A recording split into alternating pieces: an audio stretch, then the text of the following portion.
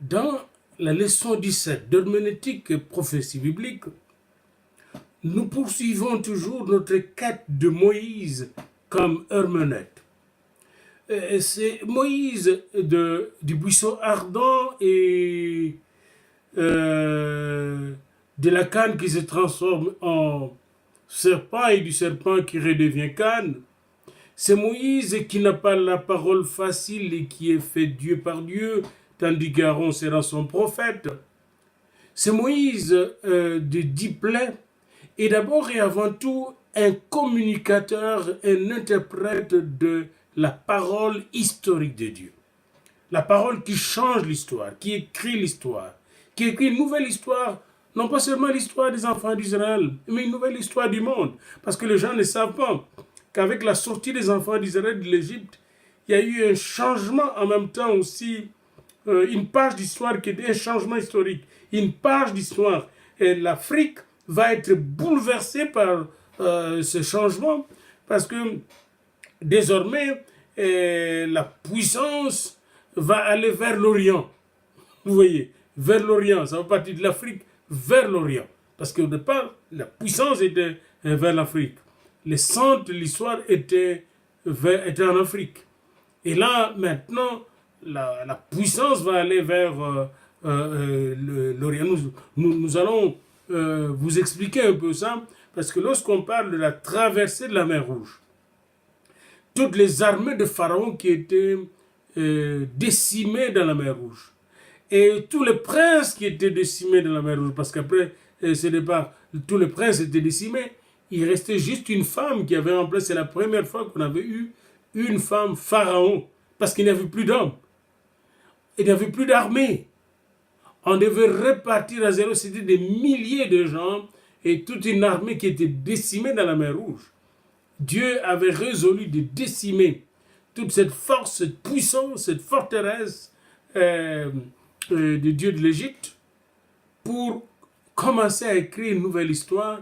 Et cette histoire va nous orienter vers le Messie, vers le Christ. C'est pourquoi aujourd'hui nous comptons l'histoire en disant avant Jésus-Christ, après Jésus-Christ. Toute cette histoire est christologique. La téléologie de cette histoire, la visée de cette histoire, la direction de cette histoire, la finalité de cette histoire, c'est Golgotha, c'est Christ. Nous verrons cela. Je ne veux pas, n'est-ce pas, mettre la charrue avant le bœuf. Mais aujourd'hui, dans la leçon 17, nous voulons surtout mettre l'accent sur les 7 fêtes de l'Éternel. Avant de traverser la mer Rouge, la dernière nuit en Égypte, les enfants d'Israël avaient célébré la Pâque. Mais la Pâque n'est pas une fête isolée. Et c'est pourquoi vous devez mettre toutes ces fêtes ensemble. Dieu leur a dit, vous allez célébrer cette Pâque chaque année. Et les enfants d'Israël continuent à célébrer la Pâque chaque année. La Pâque juive, à ne pas confondre avec la Pâque des chrétiens. Nous verrons cela. Il y a une petite différence entre les deux Pâques. La Pâque juive, c'est la célébration de la sortie de l'Égypte. La Pâque chrétienne est souvent la célébration, et surtout la célébration de la résurrection de notre Seigneur Jésus-Christ, qui est l'agneau de Dieu qui ôte le péché du monde. Nous reviendrons là-dessus dans notre cours plutôt de Christologie, où nous allons beaucoup approfondir nos pensées, nos réflexions sur le Christ incarné et le Christ ressuscité. Alors donc, il y a 7 fêtes. Et on retrouve toujours un livre de Moïse, c'est cette fête dans Lévitique, dans la Torah. Voyez-vous, dans Exode, nous reviendrons à une autre symbolique herméneutique importante, c'est-à-dire une symbolique très significative, celle du tabernacle. Mais avant le tabernacle, il y avait déjà l'inauguration de la Pâque avec le fait de pain sans levain. Et nous retrouvons ces fêtes en détail dans Lévitique 23, et comme dans le livre des Nombres d'ailleurs. Alors revenons un peu ou traversons le livre d'Exode pour aller vers ces fêtes. Et là, nous continuons toujours avec Moïse. Moïse avait compris que Dieu est le Dieu de l'histoire et de l'éternité. Et ce Dieu de l'histoire de l'éternité écrit l'histoire en 7 phases. La première phase, c'est la phase de la Pâque. Et c'est très prophétique. La phase de la Pâque qui consiste à faire sortir l'humanité, les humains, des ténèbres pour amener l'humanité à la lumière. De l'ignorance à la connaissance. De la folie à la sagesse. De la guerre à la paix. Et cette phase de Pâques est très très importante, tant et si bien que le Seigneur Jésus, l'agneau de Dieu, est mort le jour de la Pâque juive. La fête de Pâques se passe le 14 du mois de Nissan. Et pendant c'est en pleine lune, les Israélites célèbrent jusqu'à présent la sortie de l'Égypte. C'est la fête de la délivrance. C'est la fête de la libération. Puis, dans Lévitique 23, après cette fête, on parle de la fête de pain sans levain, du 15 au 22 du mois de Nissan. Et c'est pourquoi d'ailleurs les Juifs parlent plus de la fête de pain sans levain ensemble avec la fête de Pâques. Cette fête, avant cette fête, les Juifs, les Israéliens, retirent tout ce qui est levain de leur maison. Que représente le levain? Le levain représente notre nature adamique, représente la nature méchante de l'humanité, représente la nature esclavagiste, égyptienne, oui, mais israélite. Tout ce qui est humain, mauvais, méchant, c'est du levain. Et Jésus-Christ est venu justement enlever ce levain-là. Cette fête est très importante, la fête de pain sans levain, qui se passe au mois de Nissan entre le 15 et le 22. Et les Juifs, jusqu'à présent, célèbrent cette fête depuis la sortie de l'Égypte. Avant la sortie de l'Égypte, non. Mais c'est après avoir été en Égypte. Égypte est pour ainsi dire le point de départ. C'est même le lieu de la création de la nation d'Israël. Il n'y aurait pas d'Israël sans l'Égypte. Parce que quand ils sont arrivés en Égypte, ils étaient tous des nomades. Un clan sans pays, sans patrie ni organisation. C'est l'Égypte qui a créé la nation d'Israël. Alors après cette fête de pain sans levain, cette fête qui doit nous conduire tous à ôter tout ce qui est levain, tout ce qui est méchanceté, à prendre au sérieux la nature mauvaise qui fait qu'on soit des méchants, qu'on soit de meurtriers, qu'on soit des guerriers, qu'on soit égocentriques, qu'on soit des aliénateurs, des esclavagistes dans ce monde, vient la fête de prémices, qui est le premier jour de la semaine qui suit le sabbat, le Shabbat de la Pâque, du mois de Nissan. Et cela pouvait être le 16 du mois, si le 15 était un Shabbat. Sinon, il fallait attendre le premier jour de la semaine qui suivait le premier Shabbat de la Pâque. Et pendant ce moment-là, on se présentait avec les prémices de son champ. Et beaucoup de gens, n'est-ce pas, disent sont de fête de la récolte. Mais non, Jésus-Christ est ressuscité le jour de pain, le jour de prémices, le jour de la fête de prémices. Pourquoi? Parce qu'il est la prémisse de la vie éternelle. Il est la prémisse du royaume de Dieu. Il est la prémisse de la nouvelle terre et de nouveaux cieux qui arrivent.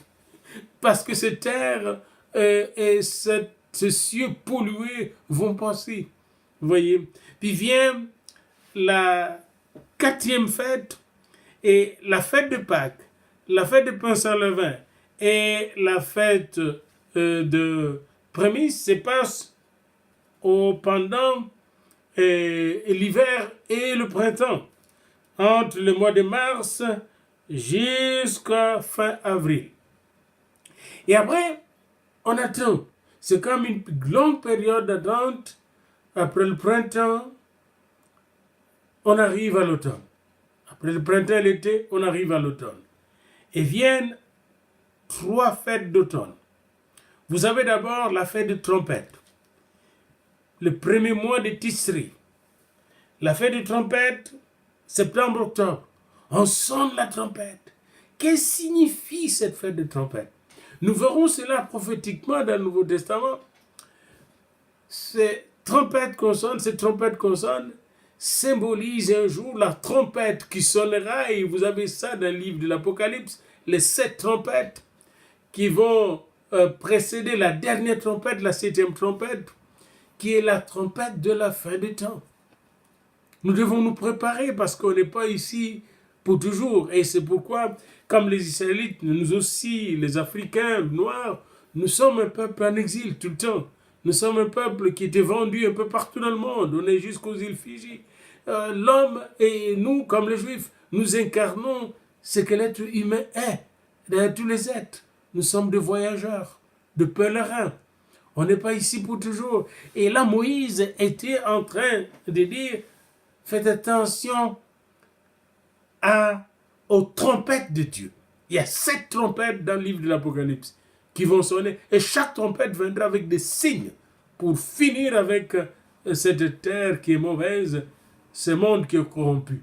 Et à chaque trompette aussi, les forteresses de l'ennemi, du serpent, les forteresses, n'est-ce pas, de la bête et du faux prophète seront neutralisées. Et à la fin, toutes les forteresses du diable seront effondrées, détruites pour céder la place au royaume de Dieu, royaume d'amour, de paix et de joie.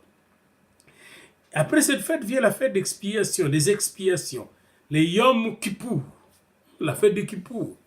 Il y a le Yom Teruah, la fête de trompette. Le Yom Kippour, c'est la fête des expiations. Les Juifs, jusqu'à présent, ils font les expiations de leurs péchés en ce jour-là. C'était le seul jour où le souverain sacrificateur entrait dans le lieu très saint. Nous verrons le tabernacle après. Je ne veux pas mélanger les choses, je reste au fait.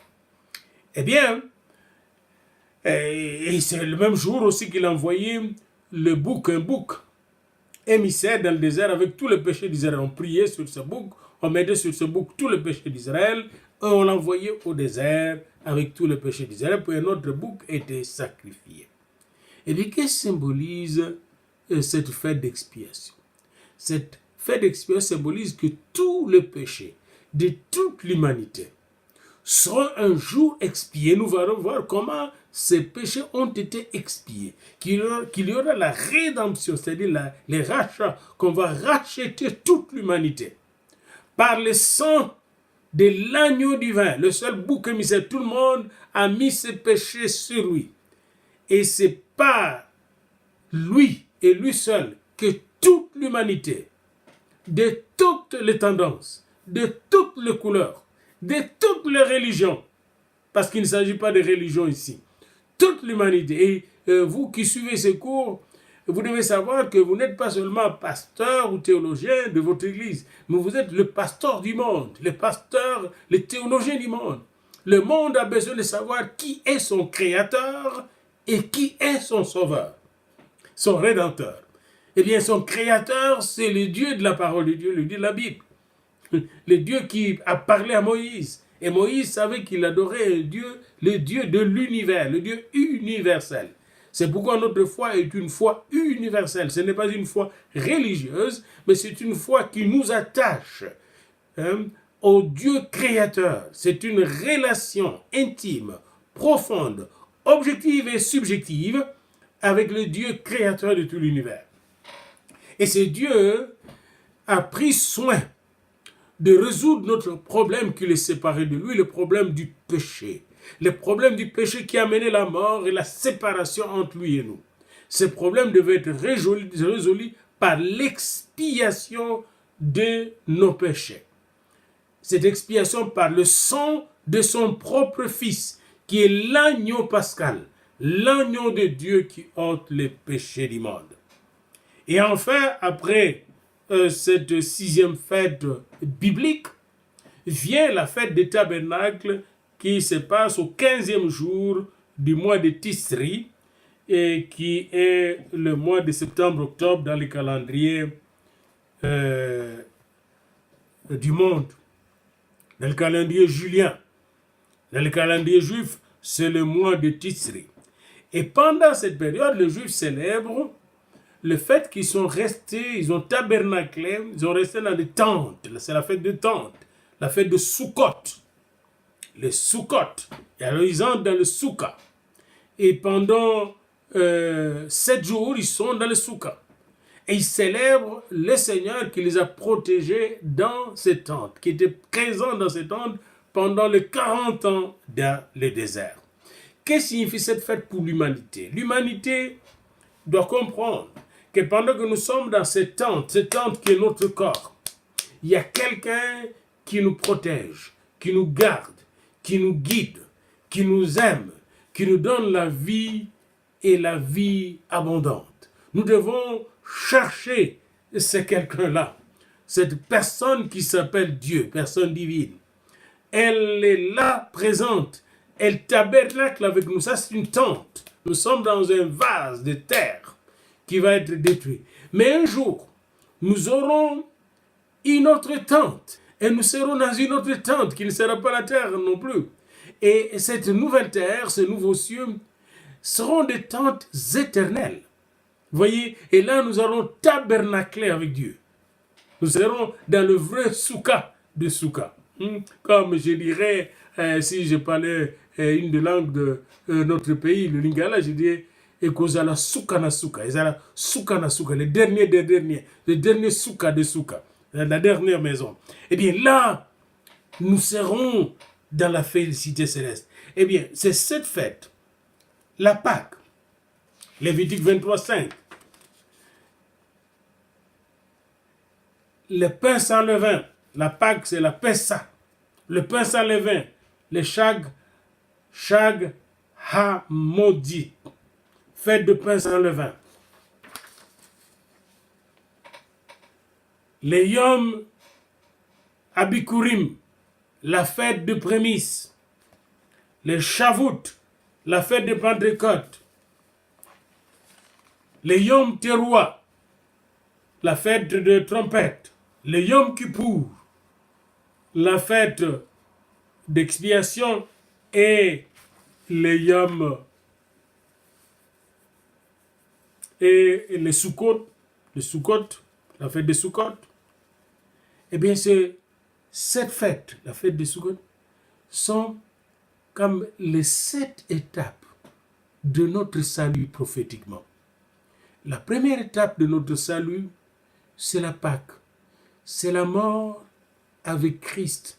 Nous devons mourir avec Christ. Et si nous mourons avec Christ, la deuxième étape, le vieux levain, le levain du péché, le levain de la mort, le levain du caractère satanique de notre être, seront enlevés de notre vie. Et quand ce sera enlevé, nous allons former avec Christ le prémisse de notre salut. Ensemble, nous allons former les prémices de notre salut. Nous allons devenir l'épouse de Christ. Et là, nous allons apprendre à écouter le son de la trompette. Et nous allons amener le monde à l'expiation du péché, à la purification du péché, à la rédemption. Et là, l'amour de Dieu va tellement nous envahir qu'un jour, nous allons tabernacler avec Dieu. Nous allons vivre avec Dieu. Et même nous-mêmes, nous allons devenir des tabernacles de Dieu, des temples de Dieu. Voyez-vous comment Moïse lui-même était tabernacle de Dieu.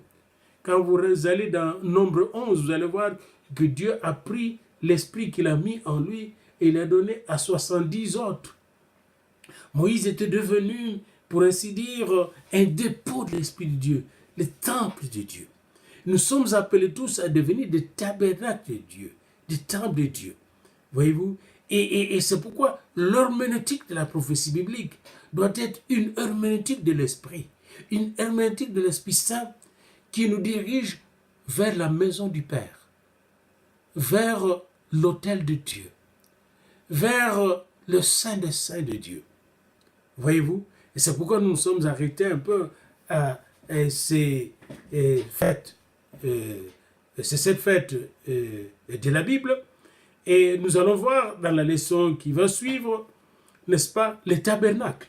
Et là, nous comprendrons comment, dans les tabernacles d'abord, nous retrouvons la fin des plaies, les 10 plaies ne s'approchent pas du tabernacle. Mais dans le tabernacle, nous trouvons aussi l'accomplissement des 10 commandements. Dans le tabernacle, il y a la réalisation de 7 étapes, de 7 fêtes. Il y a la Pâque, il y a le pain sans levain, il y a le prémisse, il y a les Shavuot, la Pentecôte. Pour les Juifs, la Pentecôte, c'est la fête de la récolte après 50 jours de Pâques, n'est-ce pas? La fête de la récolte, mais aussi les Juifs, elles l'appellent aujourd'hui la fête où ils ont reçu la Torah. Mais nous savons que pendant cette fête de la Pentecôte, quand Jésus est mort et ressuscité lors de la première fête de la Pentecôte, le Saint-Esprit est venu créer l'Église, toucher les 120 qui étaient dans la chambre haute, sur le mont Sion, non loin du temple de Jérusalem. Toute l'histoire a été bouleversée. Une autre page de l'histoire spirituelle a commencé à s'écrire dans le monde. Des Juifs sont devenus des chrétiens, c'est-à-dire des petits Christ, des chrétiens. Comme Moïse a été fait Dieu par Dieu, eh bien, ces 120 ont été faits Christ par Dieu lui-même, des petits Christ, et ils ont commencé à diffuser la bonne nouvelle du royaume de Dieu, le royaume de Christ dans le monde entier. Cette bonne nouvelle qui nous prépare à accomplir justement les 7 fêtes de l'Éternel, jusqu'à arriver à la parousie, c'est-à-dire la manifestation pleine et glorieuse du Fils de Dieu, qui va nous conduire à tabernacler, à vivre ensemble avec Dieu dans son tabernacle céleste et éternel. Alors nous verrons, n'est-ce pas, comment déjà dans les 5 livres de Moïse, l'Esprit pointe toute l'humanité vers le Christ, vers son sang, vers sa mort, vers sa résurrection, mais aussi vers sa gloire qui va se manifester un jour sur toute la terre et dans tout l'univers. Suivez donc ce cours avec joie et passion et vous allez voir que le vrai herméneute de toutes les prophéties bibliques et même de tous les signes du temps, de l'histoire, c'est le Saint-Esprit lui-même.